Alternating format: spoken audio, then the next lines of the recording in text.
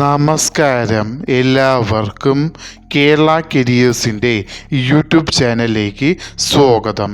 നമ്മൾ ഇന്ന് ഈ വീഡിയോയിലൂടെ നോക്കാനായി പോകുന്നത് Kerala public service commission KPSC gazetted date 30/12/2023 publish ചെയ്ത നോട്ടിഫിക്കേഷനിലെ junior instructor fitter for industrial training department എന്ന നോട്ടിഫിക്കേഷൻ്റെ ഡീറ്റെയിൽസ് ആണ് നമ്മൾ ഇന്ന് ഈ വീഡിയോയിലൂടെ നോക്കാനായി പോകുന്നത്. ഈ വീഡിയോ ഇഷ്ടപ്പെട്ടാൽ ലൈക്ക് ചെയ്യാനായി മറക്കരുത്.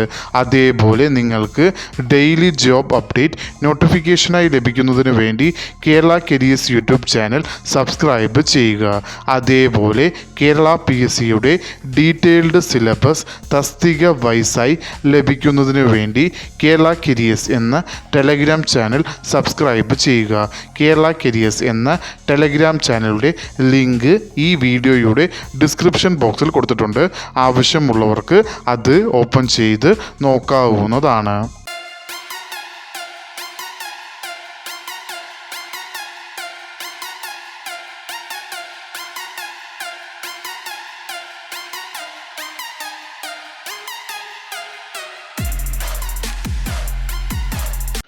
കേരള PSC പബ്ലിഷ് ചെയ്ത നോട്ടിഫിക്കേഷനിലെ കാറ്റഗറി നമ്പർ 659/2023 വിളിച്ചിരിക്കുന്ന ഡിപ്പാർട്ട്മെൻറ്റ് ഇൻഡസ്ട്രിയൽ ട്രെയിനിങ്, വിളിച്ചിരിക്കുന്ന തസ്തിക എന്ന് പറയുന്നത് junior instructor fitter.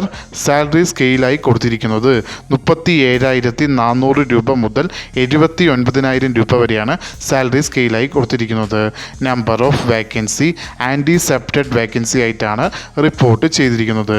Notification state വൈഡായാണ് വിളിച്ചിരിക്കുന്നത്. അതും ഡയറക്റ്റ് ജനറൽ റിക്രൂട്ട്മെൻറ്റ് നോട്ടിഫിക്കേഷനിലാണ് ഇത് വരുന്നത്. Method of appointment direct recruitment ആണ്. ഏജ് ലിമിറ്റ് എന്ന് പറയുന്നത് 19 മുതൽ 44 വയസ്സ് വരെ ഉള്ളവർക്ക്, അതായത് 2/1/1979 1/1/2004 ഇടയിൽ ജനിച്ചിട്ടുള്ളവർക്ക് ഈ ആപ്ലിക്കേഷൻ അയക്കാവുന്നതാണ്.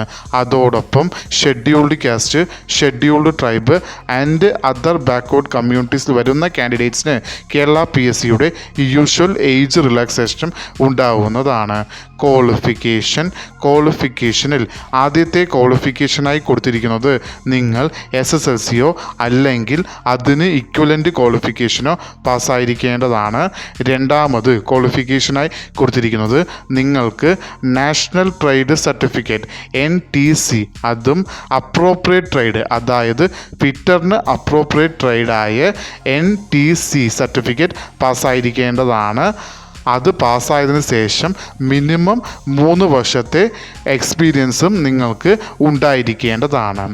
ഈ പറയുന്ന ക്വാളിഫിക്കേഷൻ ഇല്ലാത്ത പക്ഷം നിങ്ങൾക്ക് നാഷണൽ അപ്രന്റീസ്ഷിപ്പ് സർട്ടിഫിക്കറ്റ്, അതായത് NAC certificate in appropriate trade, അതായത് ഫിറ്ററിന് അപ്രോപ്രിയേറ്റ് ട്രേഡായിട്ടുള്ള NAC സർട്ടിഫിക്കറ്റ് ഉണ്ടായിരിക്കേണ്ടതാണ്. അത് കഴിഞ്ഞതിന് ശേഷം ഉള്ള മിനിമം 1 ഇയർ എക്സ്പീരിയൻസും നിങ്ങൾക്ക് ഉണ്ടായിരിക്കേണ്ടതാണ്. ഈ പറയുന്ന ക്വാളിഫിക്കേഷനും ഇല്ലാത്ത പക്ഷം നിങ്ങൾക്ക് ഡിപ്ലോമ ഇൻ ഫിറ്ററിന് അപ്രോപ്രിയേറ്റ് ബ്രാഞ്ച് ഓഫ് എഞ്ചിനീയറിംഗിൽ വരുന്ന ഡിപ്ലോമ നിങ്ങൾ പാസ്സായിരിക്കേണ്ടതാണ്. അതും ഗവൺമെൻറ് അല്ലെങ്കിൽ ഗവൺമെൻറ് റെക്കഗ്നൈസ്ഡ് പോളിടെക്നിക്, അതും അല്ലെങ്കിൽ അതിന് ഇക്വലൻ്റ് ക്വാളിഫിക്കേഷൻ നിങ്ങൾക്ക് ഉണ്ടായിരിക്കേണ്ടതാണ്. ഇതിൽ ഇക്വലൻ്റ് അല്ലെങ്കിൽ ഹയർ ക്വാളിഫിക്കേഷനായി ഓൾറെഡി അക്സെപ്റ്റ് ചെയ്തിരിക്കുന്ന ക്വാളിഫിക്കേഷനുകൾ ഏതൊക്കെയാണെന്ന് നോക്കാം. അതിൽ ആദ്യമായി വരുന്നത് ITI അല്ലെങ്കിൽ ITC ഫിറ്റർ. രണ്ടാമതായി വരുന്നത് polytechnic diploma in mechanical engineering. മൂന്നാമതായി വരുന്നത് പോസ്റ്റ് ഡിപ്ലോമ ടൂൾ ഡിസൈൻ.